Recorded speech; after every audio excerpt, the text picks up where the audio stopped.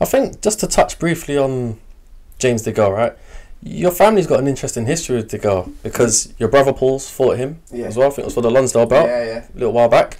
And now you're in a position where you're almost going to fight him as well. But you got a very close relationship as well now, don't you? Boxed on. He was on the same junior England team under 16s right through to do 22 with Stephen. So they've been very close and they've been all over the world together. So he used to come down to Liverpool and go out and stuff. And I've been close to him. We know him. He's a close part of the family really and a friend. And he's one of them. He boxed Paul and it's boxing. The few things I've said in the build up. Then since we get on with him again, and I've never badmouthed him as a person, and I respect him as a fighter. He's a good fighter, and I think it's the same. Otherwise, he always speaks well of me. He does absolutely. And it's one of them, but we both want the same thing with the same weight. We both want to be the best in the world. So it's a fighter would take. He's a good fighter. He's talented, but I want to be the best, and I believe I'll beat whoever I have to get there. But now, on a personal point of view, I like him. I think he's a good lad, and I think he's a talented fighter as well. It does create an interesting dynamic. I mean, the build-up, how will that play out? Because like you said, you've got a good rapport. But I remember the build-up against your brother was really, really fierce, wasn't it? It got a bit nasty, and I think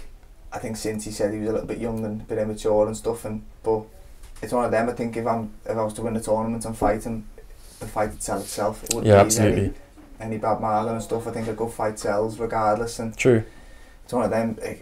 It gets a bit more interest if there's a bit of bad blood, but if it's two good fighters and two world champions, I think it's shown in the past that people will want to see the fight regardless, and hopefully that's the case. I can win this tournament and then look to fight some of the other champions, but first and foremost I've got Jürgen Brähmer, who's a good fighter. He's a two-time world champion at light heavyweight, so he should provide me with some problems that I need to overcome. Definitely, absolutely, and like you said, that's what you entered the tournament for. So we spoke with Joe Gallagher, your trainer, and he said that there's some back and forth about the location. Are you guys any close to? I don't know. I think we've been told there should be an announcement next week, the coming week and stuff. I think all the others are sorted and they're just left on our one. But it's one of them. If you'd have said beforehand, your first fight in Liverpool, your second one's going to be in Germany, I'd have still signed up for the tournament. Home and away. I was entering it regardless. I think Joe's just moaning a bit over the principle and the higher seed. He had his first fight in his hometown, I had my first fight in my hometown, so why should the second one be in his hometown again? It's one of them. They've been arguing, but we're all in the tournament and we fight wherever they say, and I'm prepared to go to Germany, and I believe I beat him wherever it is in the world. So if it's Germany, then I think it'll be a good trip for a few of my mates and stuff, but it's one of them. I don't mind where it is. I entered the tournament and I was told it was a worldwide tournament and we could fight anywhere in the world, and I still stand by that. I'll fight anywhere. So with that said now, obviously at the moment the big hype, especially in the UK, is about Groves v Eubank Jr. They're both well-known names in the sport. Potential opponents for yourself. How do you look at that fight, and who do you think comes out on top? It's a tough one. I wouldn't like to put my money on it. I've always said Groves was too big and too good a technical boxer. I think Eubank's very good up close, but he's not the best at distance, and I think Groves is the opposite. He's very good at distance and not the best up close, and seeing the size today, Groves is a lot bigger than him. I think Groves should win a lot of the early rounds outboxing, but how long he can keep it up, I'm not too sure. And if he does tire, which he's shown to do in the past, then it becomes Eubank's fight, and Eubank's work rate is probably his best attribute. So it's a very interesting one. Absolutely. Really I think at the minute I'm leaning towards Groves. I think Groves will stick it out and win on points, but again, we don't know. I think Groves is a big puncher. Eubank, people think Eubank's got a good chin because his dad had one, but it hasn't really been tested yet, and so I think we'll know a lot more about Eubank in this fight. He's fighting a big, genuine super middleweight. Absolutely, well experienced. Champion. I know he beat Abraham, but I think Abraham's on the way down a little bit, whereas Groves is. Oh, he's the world champion. He's got his tail up. He's in good form, and it's an interesting one. And as a potential opponent and as just a boxing fan, I'm really looking forward to it. And Groves has been in some major fights, from Badu Jack, who's now recognised. Carl Froch went to Vegas. He boxed Badu Jack. He's boxed Froch twice. He's boxed Degale early on in his That's career. Right. Yeah, a lot of people forget about that. Actually, he's been there and done it. He's boxed and he beat Degale. Yeah, exactly. And he deserves a lot of respect. And I said beforehand, he's the genuine world champion in the tournament, and at the minute he is the man to beat. Regardless of whether Eubank beats him in the final, at the minute, looking at it, Groves is the man to beat. He's got what we all want, so he does deserve respect.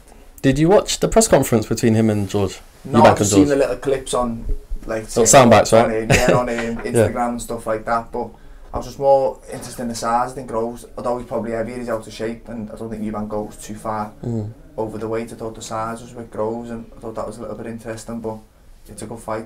I think the fact that it sold out so quick shows it's a good fight and a fight people want to see. I have to ask you a question, Callum.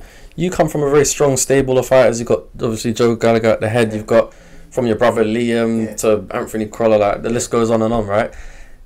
Eubank Jr said some interesting things. I'm personally not a boxer, so I just wouldn't mind getting your take on it, right? As far as he's concerned, he doesn't need nobody to give him instructions in the corner. He doesn't need no one to wrap his hands, etc., etc. What's your take coming from the background you come from? I think everyone's different. I think some fighters like to train alone and get a lot of one-to-one time. I prefer a gym environment. A lot of people and come from a good amateur gym and then the GB setup where it's a team and coming here. I prefer that. But I don't know, saying you don't need advice, then that's basically saying he knows it all and it's a finished article, and I think that's a little bit disrespectful to the top coaches out there. You know, all the top fighters in the world have got a coach, and I'm sure they'd all agree that the coach is the boss and what they say goes. So the fact that he's saying he doesn't need anyone, then I don't know, but he's his own person. He says stuff to get himself in the media, think, and get reactions, and I don't know, but he's his fighter and everyone else is their own. And I listen to Joe, he's the boss, and what he say goes. And I like training. I think I learn just as much off training with the other lads, and Anthony Crolla and Scott Quigg was here, my brother Liam. They're all world champions, and I learn as much off them as I do off Joe as well. So, you know, like even just sometimes if I'm wrapping my hands in the sparring going on and sitting watching the sparring, you learn stuff by watching. So, me personally, I like that. Yeah. Do you plan to be ringside for the Groves junior fight? It's going to be Manchester Arena, right? Yeah, Manchester, but I think a lot providing on when my date is. I think that's right. So if I'm the week later, then maybe not. If I'm the week before, then I'll go and watch and see who I'm going to face in the final, hopefully. But if not, regardless of when I fight, I'll watch it on telly. It's a good fight, and it's one I am looking forward to. I say as a fan, what I wouldn't mind seeing is your fight before you get the win, and then you go ringside, and then you get to go into the ring as well, and all that. That'd be a nice build-up. I think they've said mine's going to be the week before or the week after. I'm hoping it's the 10th, the week before. Yeah, that'd be good. But, so I can get mine done and then I can concentrate on that. But regardless, I'm back in training and I'm looking forward to a good camp. And you're a Manchester man, right?